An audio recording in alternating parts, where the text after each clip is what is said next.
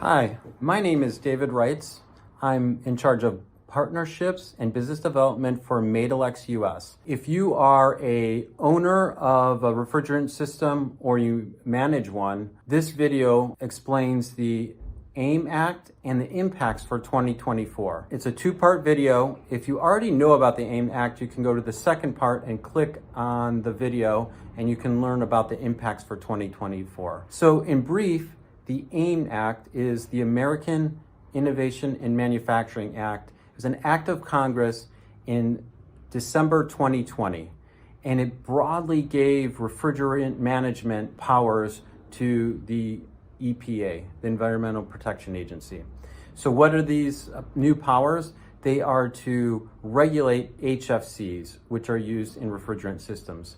HFCs are a potent global warming potential, and so therefore the EPA will be managing them more closely over the coming years. What are the new powers that are and authorities that have been granted? One is to phase down the production and consumption of listed HFCs.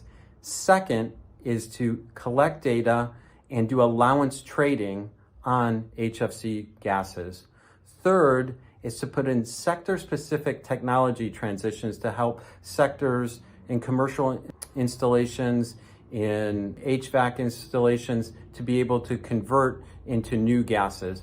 And then finally, the fourth thing is to put in new refrigerant management practices. So those are the main mechanisms, those four mechanisms, and it's powers of the EPA. They will be putting those in place over the coming years.